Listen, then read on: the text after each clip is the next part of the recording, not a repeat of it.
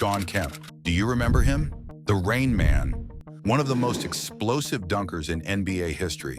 But what if I told you that the same guy who once dominated the NBA ended up in the headlines for all the wrong reasons? Weight issues, financial struggles, baby mama drama, drug arrests, and even a drive-by shooting? Yes, this one gets crazy. So what really happened to Shawn Kemp? Let's get into it. If you watched basketball in the 90s, you know this guy was different. He wasn't just good, he was electrifying. They called him the Rain Man because when he took flight, it felt like a thunderstorm was coming down on the rim. The dude had power, style, and bounce that made him one of the most exciting players ever. But here's the thing, his career didn't end the way it should have. He didn't ride off into the sunset like Michael Jordan or Kobe Bryant. Instead, he crashed and burned. Like a lot of players who peaked too soon, things started falling apart before anyone saw it coming. And things fell apart, fast. How did a guy who was once compared to Charles Barkley and Karl Malone end up in legal trouble and completely out of the spotlight? Let's go back and see where it all went wrong. Before the millions, before the dunk contest, before he was shaking the rim at Key Arena, Shawn Kemp was just a kid from Indiana, born on November 26, 1969. He wasn't a high school prodigy like LeBron. He didn't dominate college like Shaq. He wasn't a high school phenom like Kobe. His journey to the league was messy. It was anything but easy. His college journey was rough.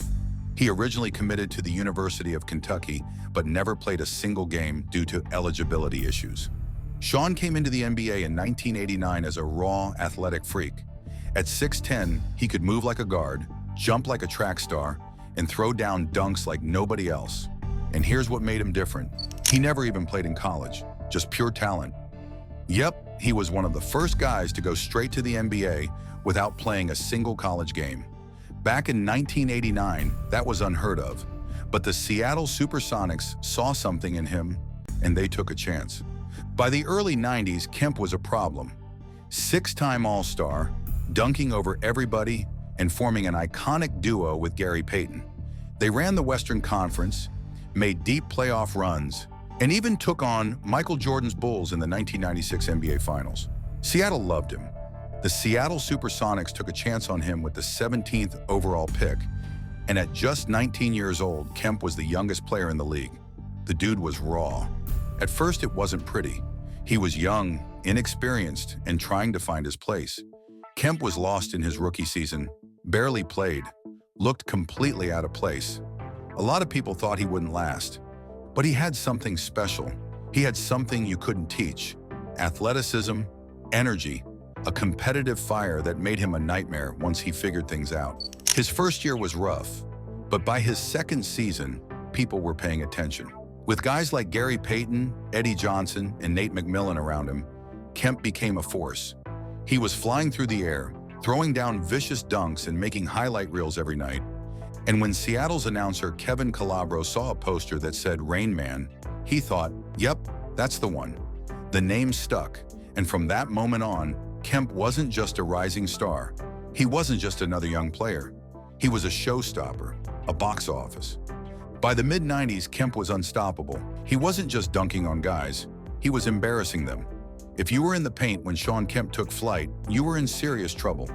His athleticism was off the charts, and he had that perfect mix of power and finesse. The moment that really put him on the map, the Lister Blister in the 1992 playoffs. If you've never seen it, go watch it right now. Kemp threw down a monstrous dunk over Alton Lister, then pointed at him on the ground. Absolute disrespect. One of the coldest moments in NBA history. But that was Kemp, swagger, confidence, and pure domination. And then came the real peak, 1995 to 96. He and Gary Payton led the Sonics to a franchise record 64 wins, bulldozing their way through the Western Conference and making it all the way to the NBA Finals. The only thing standing between them and a championship? Michael Jordan and the 72-win Chicago Bulls.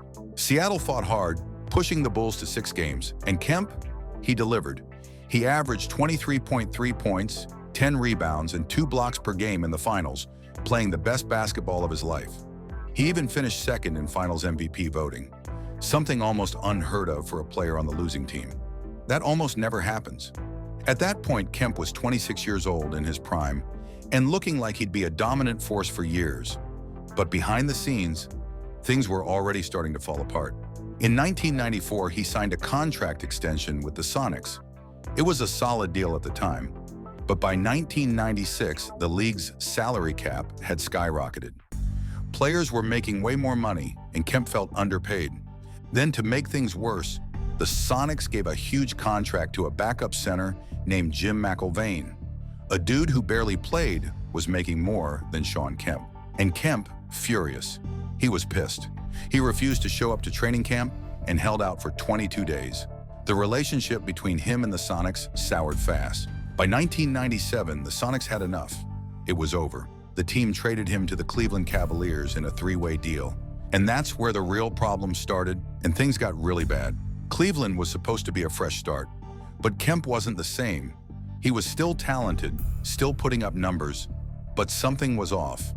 During the 1998-99 lockout, players weren't allowed to train with their teams, and when they came back, Kemp showed up at 315 pounds. The dude was nearly 40 pounds heavier than his usual playing weight. That wasn't just bad luck. It was a sign of something deeper. He was dealing with some serious personal struggles.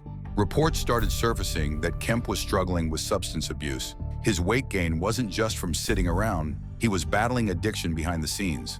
And unlike in Seattle, he didn't have the same support system around him. Even though he was still putting up numbers, it was clear he was slipping. His explosiveness, gone. His energy, not the same. By 2000, Kemp was traded again. This time, Cleveland sent him to the Portland Trail Blazers.